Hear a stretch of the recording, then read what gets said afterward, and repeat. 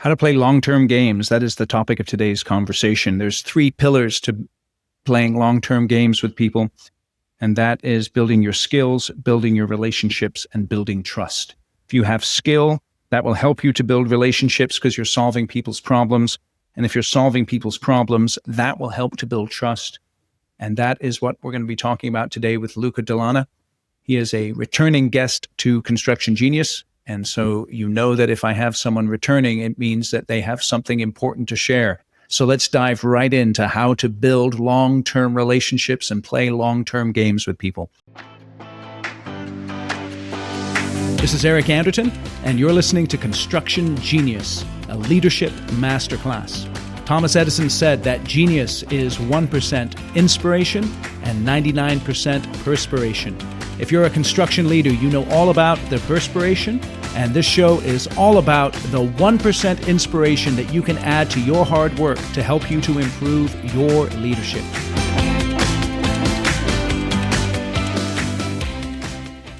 Luca, welcome back to Construction Genius. Thank you so much for having me back, Eric.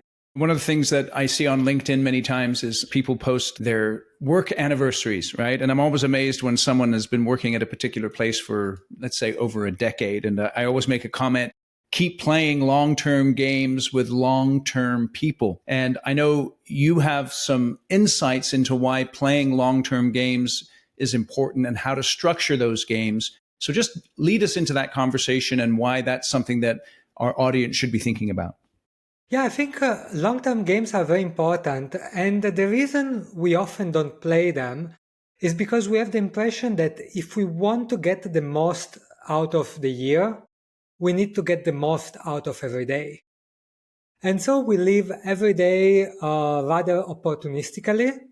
And we think if I get the most out of today, if I get the most out of tomorrow, I will also grow the most over my life or over my career. But this is often not true, because if you want to grow beyond a certain point, you need to spend some of your days doing things that bring no immediate return, but are required to grow beyond a certain point. For example, building relationships, building skills, building trust, and so on.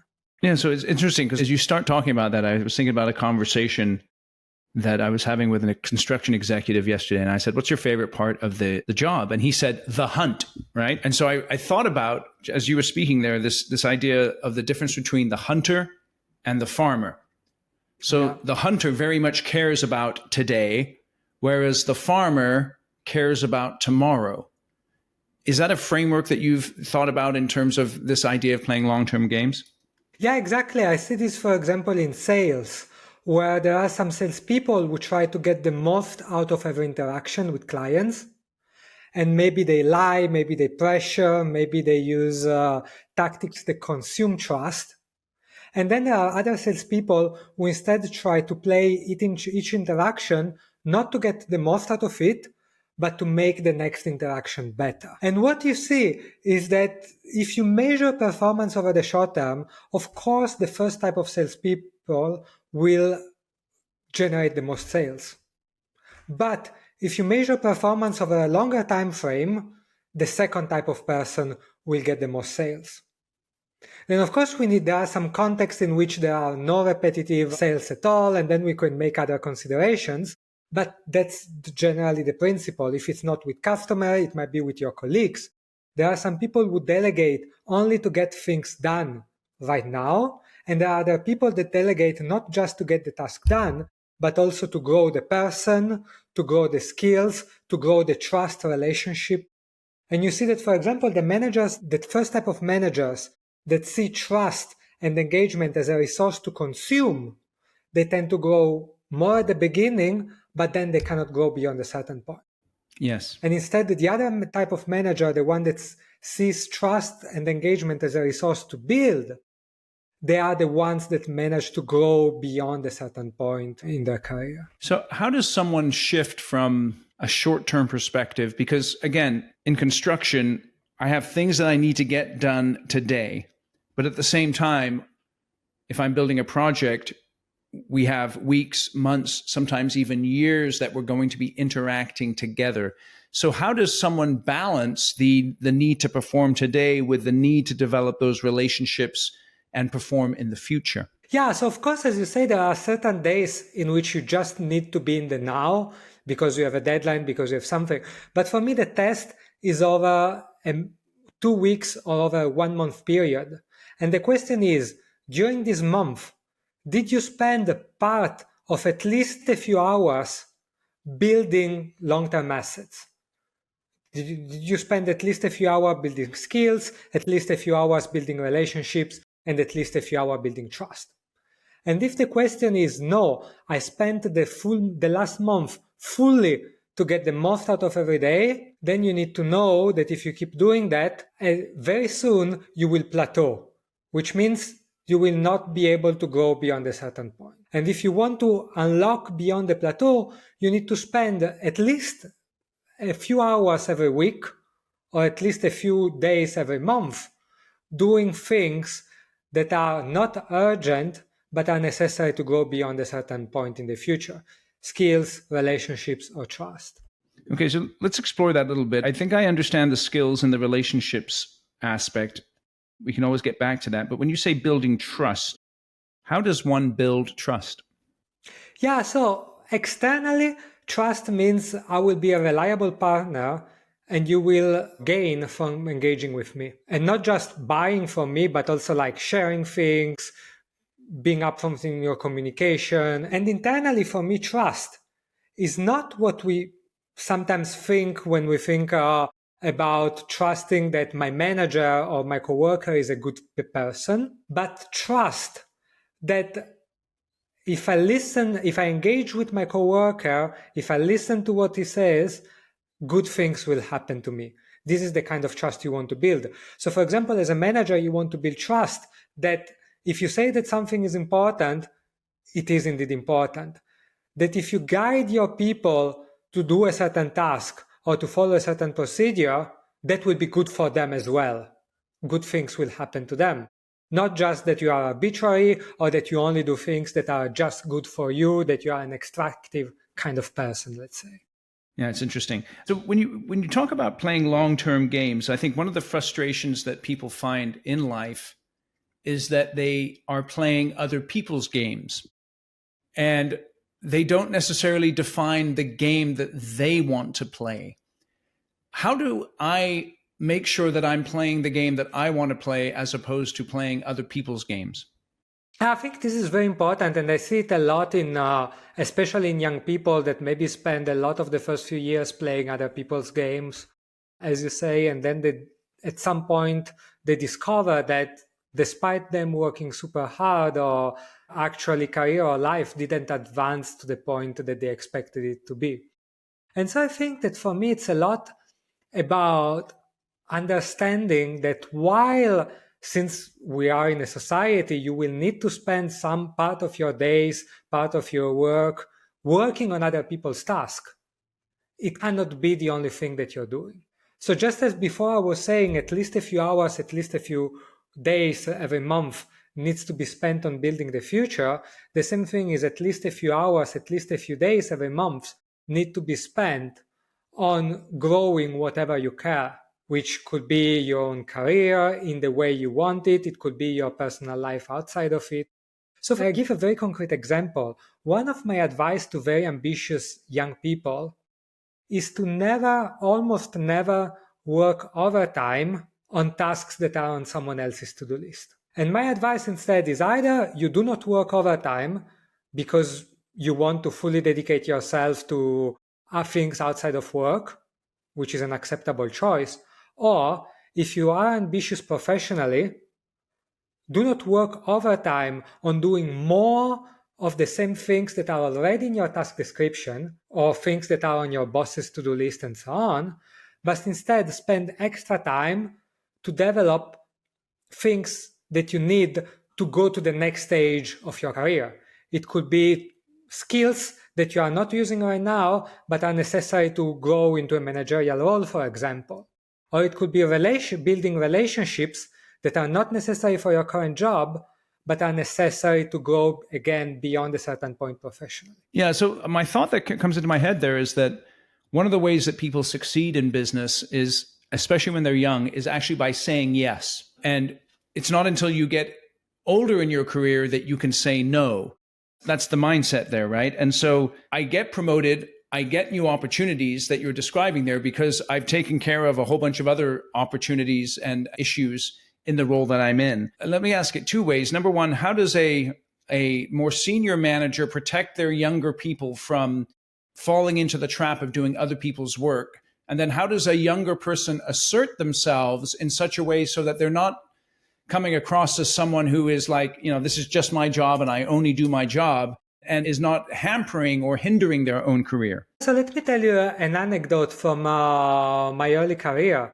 I used to work for a large corporation in Frankfurt, and one day I heard my boss mentioning that one of my boss's boss, that he was talking at the coffee machine, and he was mentioning that there was an employee in the team, very young, extremely ambitious, extremely hardworking, and he said something along the lines of, I cannot promote her because she works too much overtime, because her solution to getting things done is spending more time on it.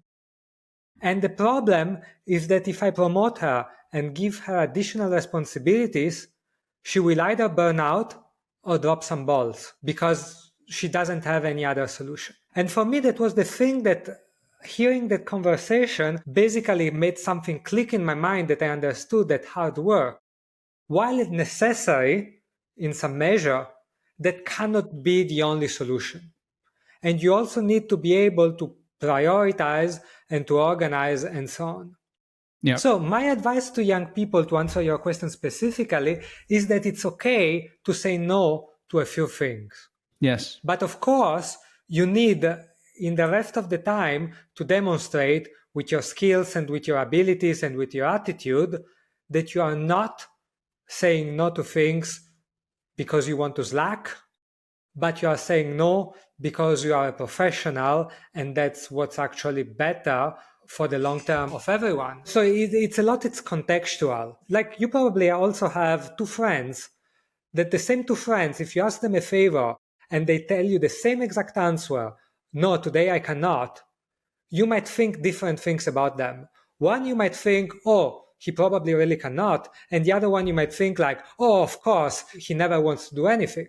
And that depends not on the answer itself, but on the track record of that person.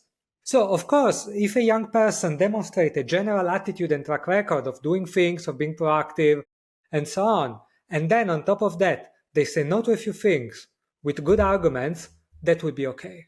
Okay, so then as I'm thinking about what you said earlier, you're talking about carving out time to work on things that are important. Now, in construction, particularly if you're a young person, your day is spent working on things that are not only important, but urgent. They have to be done today.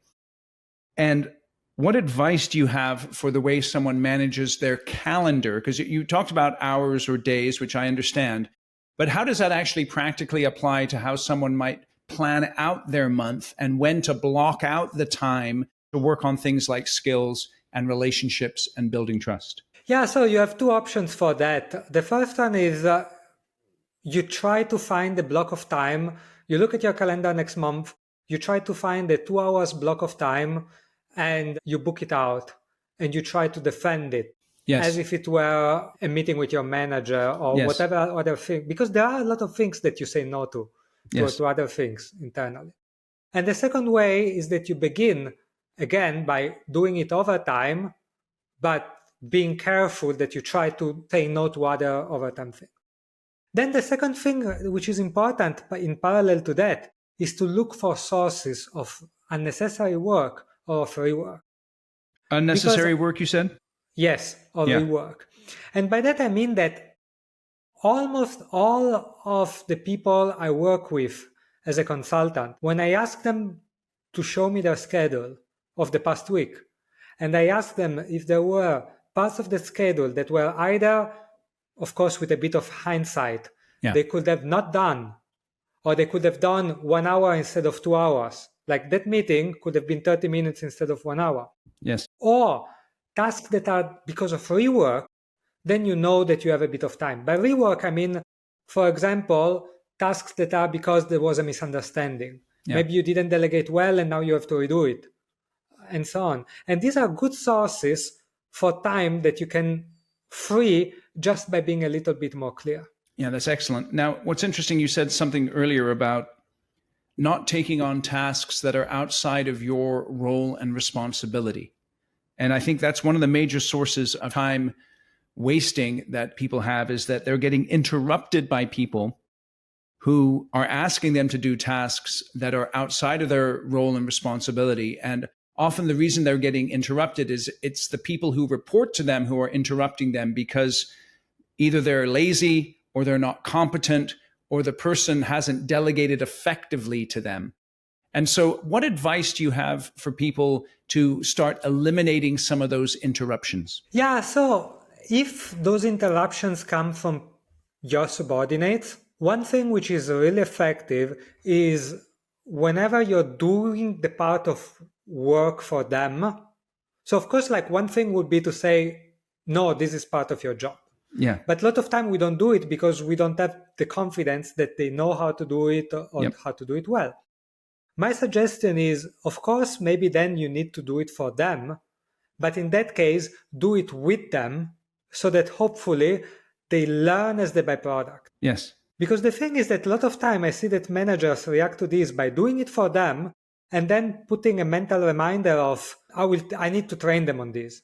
But then they never have the time to train them on this. Yep. And very often instead, doing the task together with them is a way in which they can train at a fraction of the time.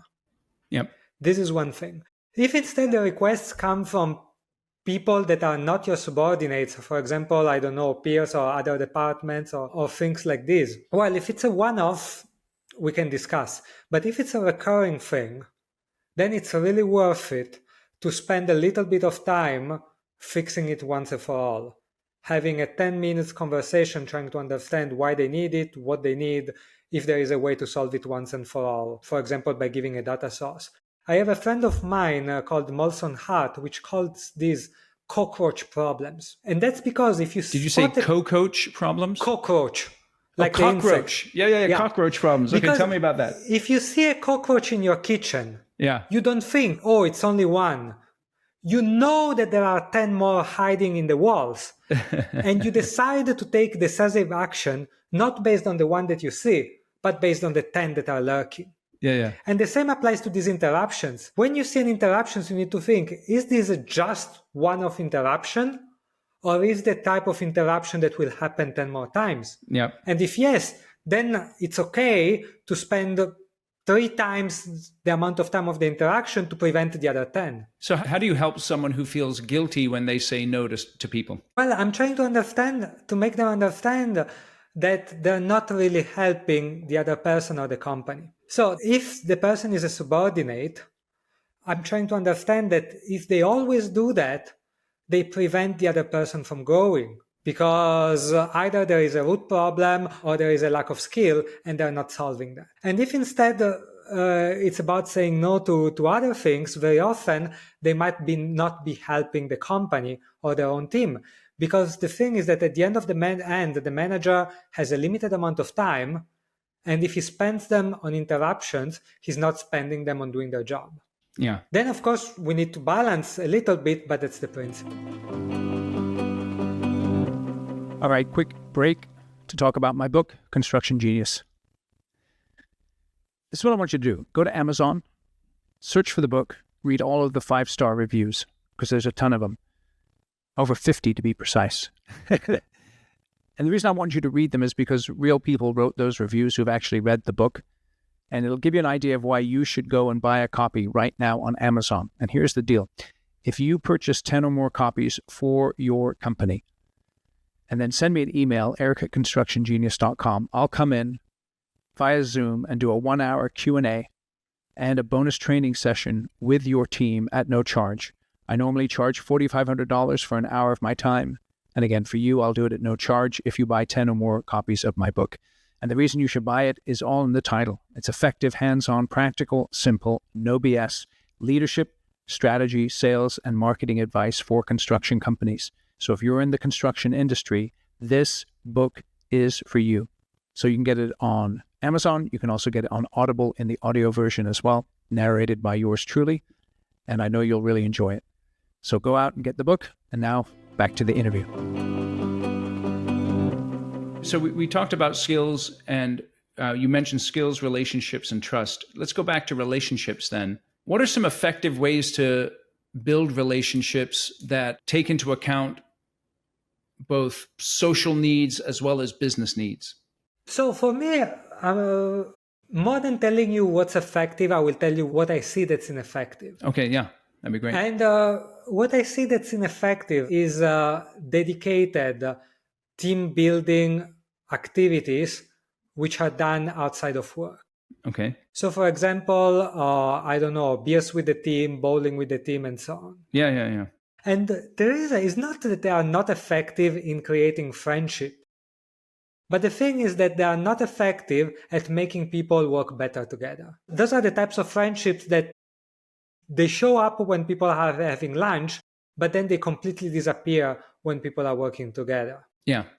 And so for me, instead, it's about understanding that business relationships have to have an element of helping people work together. Yeah. It's a bit like if you think about two basketball players, if you talk about teamwork in the context of basketball, teamwork is not about whether the people playing are friends. Teamwork is about whether people feel that if they pass the ball, the other person will use the ball well. Yes. And so for me, in the context of a business relationship, the element of relationship and of trust is that if I ask you something, the time you spend on that will not be wasted. Yes.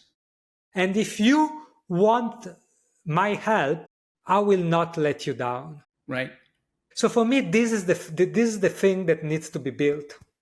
Yeah. And so, of course, you can build it in a social way. Yes. You can build it in front of the beer. But for me, for example, in addition to maybe a first part of the conversation in which you're just talking, trying to build a bit of rapport, but on top of that, there needs to be a little bit of things which is work related, or at least industry related. Yeah. So maybe you don't talk about the project, but you talk about something related to construction or whatever, in which you make the other person understand that you care, that you are competent, and that you care about them, about their problems, and that basically, if at work they need to ask you something or they will be asked about something, the engagement will not be energy wasted or Yes. will not be risky.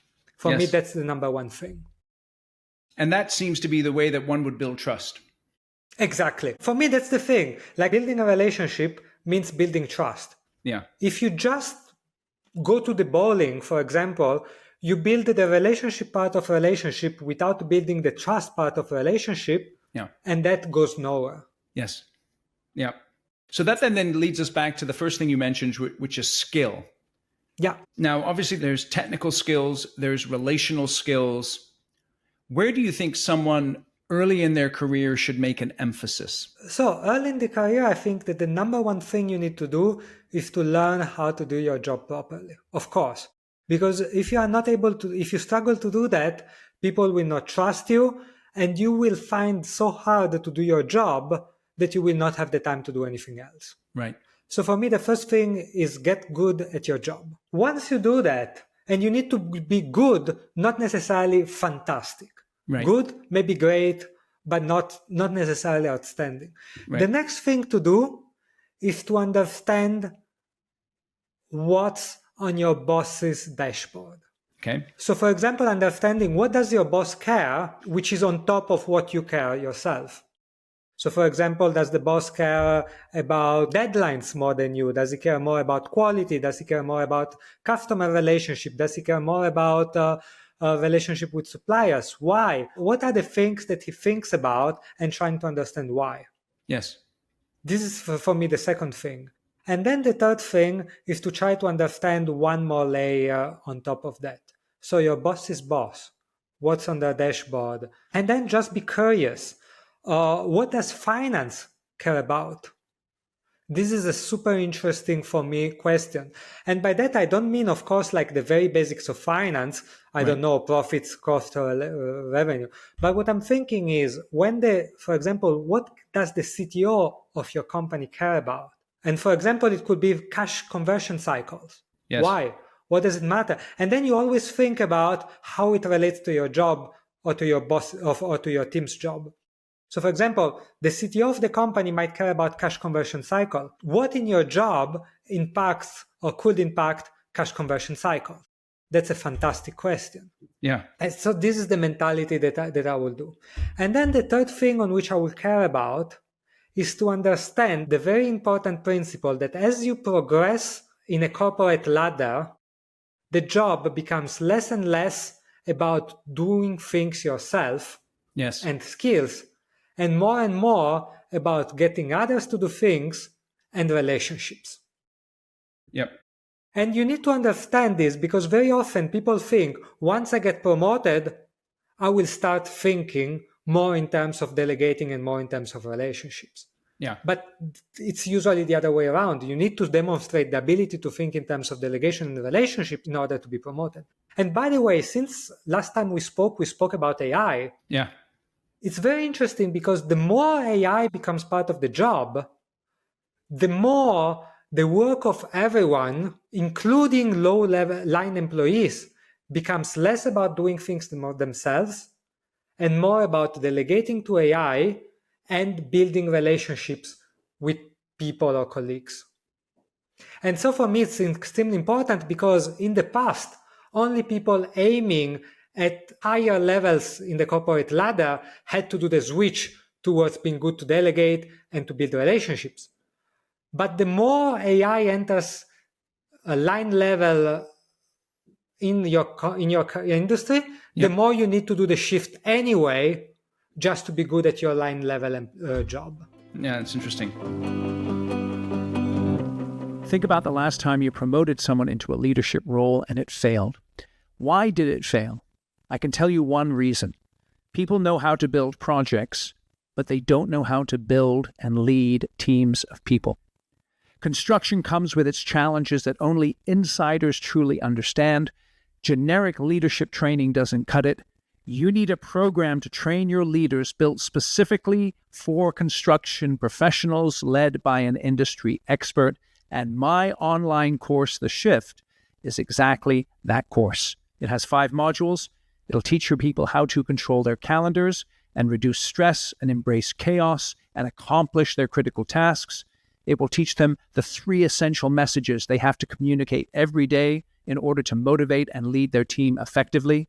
It'll show them how to build and lead a high-performing team, give them a framework for running effective meetings so they'll be able to solve problems in less than an hour, and also give them a higher perspective on their leadership that will enable them to work on the business and on their teams and not get stuck in the weeds micromanaging. So go out to my website, theshift.constructiongenius.com, read all about the course, and then enroll yourself and your leaders in the course, and I guarantee that it will transform your leadership. If it does not, you take the whole course and you didn't get benefit from it, you just send me an email, eric@constructiongenius.com, and I will cheerfully refund you 100% of your money. I'm really confident this course will transform your leadership. So again, go out to the website, theshift.constructiongenius.com, learn more about the course, and start taking it today. So I published a video on recently, a very short one, that was addressing an issue that a lot of people struggle with, particularly in construction. So in construction, let's say I'm working in the field and I'm running a crew, and we started at point A and we finished at point B, and we put some physical structure in place. And perhaps I was side by side with my guys doing the work. And then I get promoted. And I get promoted into a role where I'm no longer side by side with my guys getting my hands dirty, but I'm leading the people who are doing that, just like you described there. I'm delegating. But my problem is I begin to feel guilty because I don't feel like I'm working anymore. My job description has been changed and I'm working and accomplishing more through others. At least that's what I'm supposed to do, but it doesn't feel like I'm doing anything. How does someone deal with that sense of in some ways, uselessness or that sense of guilt that they have when they do get promoted and they are Yeah. delegating more? Yeah, the thing is that that guilt might or might not be justified in the sense that whenever you deal with roles, I'm thinking, for example, about sports coaches, a basketball coach, Yeah. or Yeah. an army general. Yeah. We can both think about sports coach, as there are some sports coach and some army general who indeed stop doing the work, Yep. and they should feel guilty of that. Yep. But we can also think about army generals and coaches which keep doing the work, even though it's of a completely different nature. Yeah. Like, even though, of course, they're not fighting in the field or running with the team anymore, people are, their players and their soldiers are still perceiving like they're still doing their job. Yes. It's just different. So Yes. for me, the question is, you need to have those two models in your mind and make sure that you are the type of general or the type of basketball coach which, despite doing a different job, is still doing his job and still leading his team effectively. And Yeah. if you do that, you can be completely free of all the guilt. And what does it mean concretely? So for me, it means, number one, not being out of touch, which means, of course, you will have to deal with different people. Maybe you start spending part of your day in the office. That's completely fine. The question is, what happens when you are back with the team? Do you start speaking in a language that is different from the one you were speaking before? Or do you keep having the same language? Did you lose the perspective of the problems of the crew? Or do you still remember the problems of the crew and now you're trying to bridge between the needs of the higher levels and the problems and the reality and the constraint of the crew? For So example, that's another way to build trust right there. Exactly. Because a lot of trust is about demonstrating that you know the problems of the other person, Yeah. and that you are listening to them. Not necessarily agreeing and not necessarily deciding their way, but listening. If the people feel that you listened truly, not just performatively, but you truly listen to them, they will be okay with whatever decision you take. Of course, you also need to take decisions competently, because if you always take the wrong decision, but Yes. they will be okay with the decision. Whereas instead, if they have the impression that you don't listen to them or you listen performatively, they will not trust. That's interesting. Okay, so as we wrap up here, sometimes you start playing long-term games, but then you run across people who don't have that perspective. They're short-term thinkers. They're takers, not givers, all that kind of stuff. What advice do you have for someone who is in a situation where they need to make a change in a business relationship because it's not ultimately going to be falling into that realm of playing long-term games with long-term people? Well, indeed, that's the biggest danger to yourself, is that you spend all the time with people that play short-term games, and Yeah. either you get caught into that, or even if you start playing long-term games yourself, because you see the people around you that are progressing faster, you think that their strategy is better, but you need to take into account that they will not grow beyond a certain point. Yes. So you need to be able to evaluate by yourself what enables you to grow beyond a certain point and to know that you cannot imitate them. Now, what happens if your boss, for example, doesn't allow you to play long-term games, for example? Right. So in this situation, I think that the first thing that you could consider is to see if you really need your boss's approval to play them. Because it happens a lot of times in which it's okay to, again, do what your boss needs up to a certain point and then play long-term game outside of that. Yes. Like, you don't necessarily need your boss's approval to learn certain skills, to build certain relationships and other things. Yep. There are other situations instead in which the boss is much more of an active problem, like he really pushes you to work overtime all the time on short-term things, and it really doesn't leave you time to do anything outside of that. And then it's probably a good idea in that case to see if you can move horizontally within the company, outside of the company. Yes. Yeah, that's interesting. The number one thing is that you should differentiate between, like, situations that are temporary and situations that are formally temporary but are going to to be like that until you are proactively change them. Because a big trap is that you think like, this month I didn't have time, but next time I will. Will you? Like, is it a really temporary situation, or is it going to be a situation which is going to be like that until you proactively change it? There are situations it's sometimes good to adopt for a short term some avoidance tactics, but avoidance tactics can never be a long-term solution. And so you can make considerations based on that. That's excellent. Excellent. Well, Luca, I really appreciate this discussion. I know for me, long-term games with long-term people is a tremendous asset in building any relationship, any career. Tell us a little bit more about yourself and how people can get in touch with you. Yeah, so I actually wrote a book which is called Winning Long-Term Games. It's my best-selling book to date, and you can find it on Amazon. And otherwise, I also published a few other books, and my core work is I am an independent consultant, and I work with companies to help them develop their people and solve all kinds of people problems. And people can find me on my website, which is luca-dellanna.com with double L and double N. luca-dellanna.com with double L and double N. Excellent. Excellent. So we'll have links in the show notes to that book on Amazon and to your website. And Luca, I really enjoyed the conversation. Thanks for coming back on Construction Genius. Thank you so much for having me, Eric. Yep, you're welcome. Thank you for listening to my interview with Luca.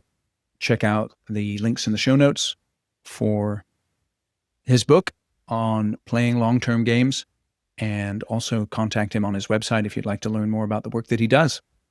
And finally, give Construction Genius a rating and a review wherever you get your podcasts. Like and subscribe if you're still on YouTube. And I'll catch you on the next episode. Thank you for listening to this episode of Construction Genius. Hope you found that 1% of inspiration to help you in the next few days.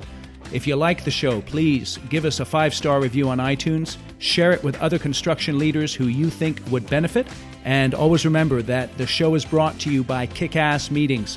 I've been working with construction leaders since 2004, teaching them how to run extremely effective problem-solving meetings that gets their people collaborating, taps into their creativity. And to get yourself a free copy of the Kick-Ass Meeting Report, go to www.ericanderton.com/kickassmeetings. Grab yourself that free report, read it, use it in your business. You'll find it extremely useful. And thanks again for listening.